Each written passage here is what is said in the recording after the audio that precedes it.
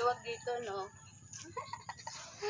Sa bahay ng nanay ko. Pero dito kami natutulog sa bahay ng kapatid ko. Kami lang tao dito ng anak ko kasi doon sila naglalagi sa tindahan nila. Ayun o, ang daming ano, puno. Magsawa tayo dito kakatwalis. Ang daming bulaklak. Daming halaman.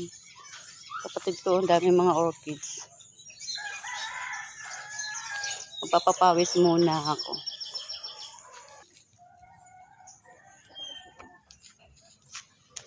Yan, daming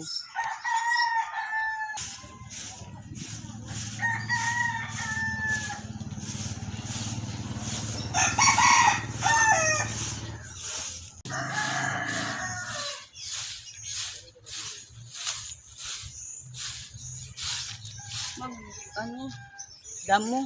Sarap magdamo.